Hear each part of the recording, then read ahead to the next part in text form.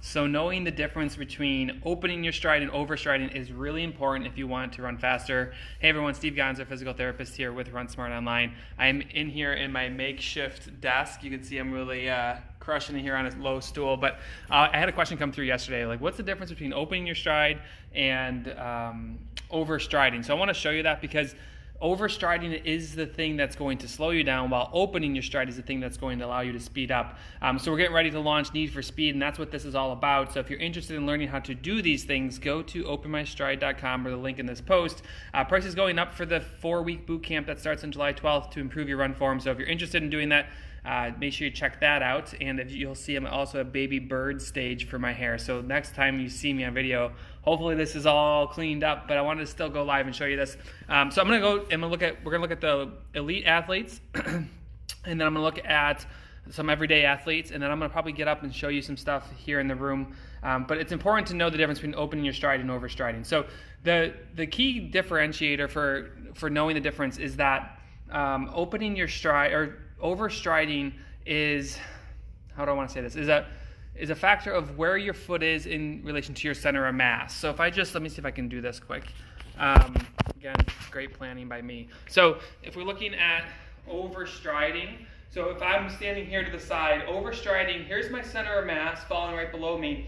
So overstriding has to deal with where is your foot in relation to your center of mass. So when this foot's way out to the front, you can see that it's out in front of my center of mass. So this type of factor is what slows you down. If you think about overstriding as this position, right? This is how most people are running. They're like this, it kind of looks like they're walking. When this foot comes through and hits the ground is going to push back against you, and that's a driving force backwards. So overstriding is in relation to where you are in your center of mass.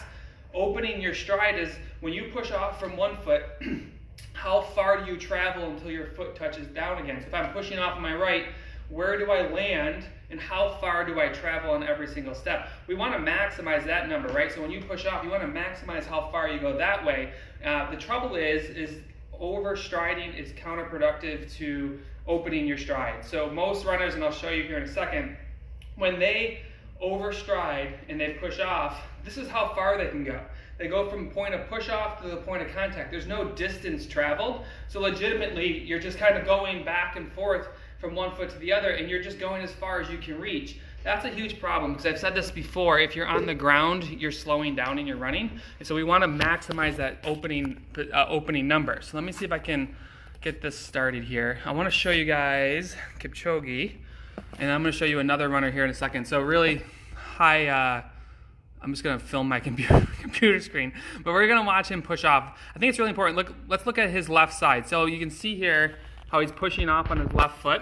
And when he pushes off, you can see he's before this line in the road, and he's going to travel all the way here. So he pushed off way down here, and then he's touching down here. He's traveling this entire distance in his stride. So I'm just going to put a line here to help kind of demonstrate that. He pushed off from here, and he traveled. What you're going to find, and I'm going to show you an example of a next runner, is that when she pushes off, she's only traveling as far as she can reach. So this is a huge difference between running faster or actually slowing down, and how you can leverage your run form so that you can run faster without having to run more miles and do anything. That's what we're teaching in Need for Speed. If you're just joining me, the program starts July 12th. Prices are going up on Friday, but what we're going to teach you is how to open your stride.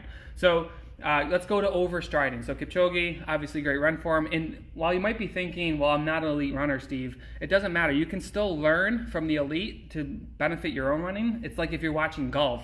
Like, you don't have to be a pro golfer to learn from them and what they do really well. Same thing with running. If you can learn from the pros, it's certainly helpful. And they have this really wide open stride. So let's just watch how most of us run. If I can turn my camera around here. So we're going to watch as she pushes off. See here. So she's pushing off on her right foot, right? And she's already touching down on her other foot. So she's only going to travel this far on every single stride. And then what you're going to see is that when she comes through and she pushes off on her other foot, she's already touching down on her left foot.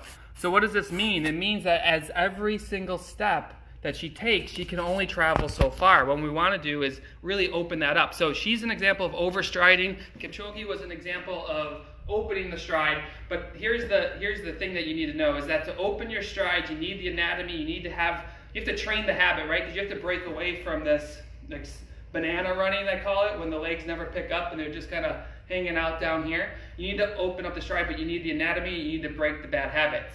The key points for the anatomy, I've talked about this in a previous video. If you're going to open this stride, because this is really what you want to be able to push off from this leg and drive it through. But this, if you remember 𝘀𝘁𝗿𝗍's video, this is the kind of the position he was in. If this is going to happen and you're going to be able to open your stride, you need to have good flexibility through your hips.